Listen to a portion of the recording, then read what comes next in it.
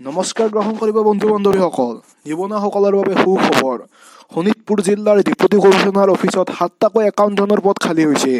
আপোনালোকৰ শিক্ষাগত অৰ্হতা থাকিব লাগিব বেচিলাৰ ডিগ্ৰী যিকোনো ইউনিভাৰ্চিটিৰ তলত।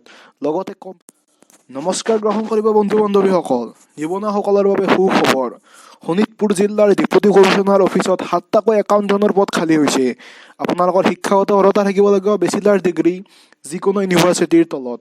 লগতে কম্পিউটাৰৰ চৰকাৰী স্বীকৃতিপ্ৰাপ্ত কোনো কম্পিউটাৰ ইনষ্টিটিউটৰ ছয়মহীয়া ডিপ্ল'মা থাকিব লাগিব।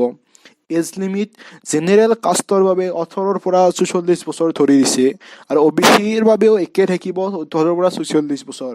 কিন্তু SC আৰু STৰ কাৰণে 5 বছৰকৈ ফ্ৰী থাকিব।